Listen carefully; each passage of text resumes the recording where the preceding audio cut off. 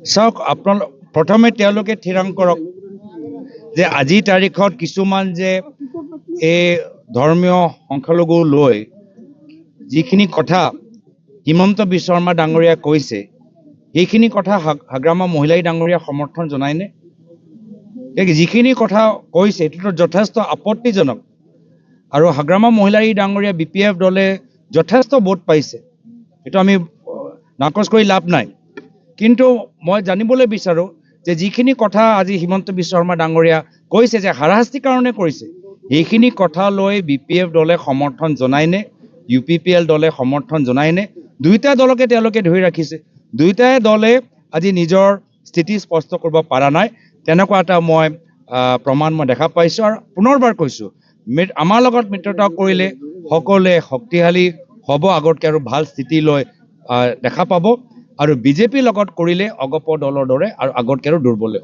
সেইকাৰণে এইকেইটা দিন যে হিমন্ত বিশ্ব শৰ্মা ডাঙৰীয়া সাম্প্ৰদায়িক কথাবোৰ যে কৈ আছে, সেই সাম্প্ৰদায়িক কথা কৰাৰ উদ্দেশ্য এটাহে যে আজমল ডাঙৰীয়াক হিৰো বনোৱা, AIDF দলৰ গাড়ীৰ ভিতৰত তেল ভৰোৱা। কিন্তু তেওঁ গম পোৱা নাই যে যি AIDFৰ গাড়ীৰ ভিতৰত তেওঁ কোটি কোটি টকা তেল ভৰাবলৈ বিচাৰে, সেই গাড়ীৰ টায়াৰ পাংচাৰ যোৱা লোকসভা নিৰ্বাচনত আমাৰ সাংসদ ৰকিবুল হুছেইন ডাঙৰীয়াক কৰি পেলালে। আৰু এতিয়া হিমন্ত বিশ্ব শৰ্মা ডাঙৰীয়াৰ ওচৰত দ্বিতীয় বিকল্প যে নিজকে হিন্দু নেতা হিচাপে প্ৰমাণ দিয়া। কিন্তু চাওক, আপোনালোকে হিন্দু নেতা ক'বলৈ বিচাৰে আৰু গৌ মাতাৰ চিণ্ডিকেটটো চলায়, দুটাকতো হ'ব নোৱাৰে।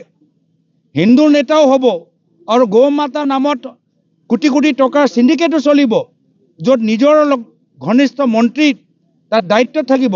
এইটো কেনেকৈ হ'ব? তো হিন্দুসকলৰ মাজতো তেওঁলোকৰ গ্ৰহণযোগ্যতাটো নাই।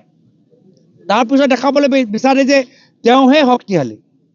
এক ছেকেণ্ড আৰক্ষীবোৰ আঁতৰাই দিয়কচোন, ক্ষমতাত আছে সেইকাৰণে আৰক্ষী গৃহ বিভাগ আছে। এক ছেকেণ্ড যদি ইমানে শক্তিশালী, গৃহ বিভাগটো আঁতৰাই দিয়কচোন, তেতিয়া কি হ'ব? যদি তেওঁৰ ইতিহাসটো চাই, তেওঁ অসমৰ ৰাজনৈতিক ইতিহাসত আটাইতকৈ ৰাজনৈতিক ভয়াতুৰ ব্যক্তি। এছাৰৰ ক্ষেত্ৰত সকলোৱে একত্ৰিত হ'ল নে নাই? সকলোৱে দেখিলে এইটো। এছাৰৰ ক্ষেত্ৰত সকলোৱে আমাৰ বিধায়ী দলৰ দলপতি আমাৰ লুৰিণজ্যোতি গগৈ, আমাৰ অখিল গগৈ ডাঙৰীয়া সকলোৱে একত্ৰিত হৈ আমাৰ নিৰ্বাচনী আয়োগত গৈ আমাৰ সাংসদ ৰকিবুল হুছেইন ডাঙৰীয়া তাত উপস্থিত আছিলে। বহুতখিনি যে এইখন যি অন্যায় হৈ আছে, আমি অন্যায়টো ক'ৰবাত বাধা দিবলৈ আমি সফলতা লাভ কৰিছোঁ।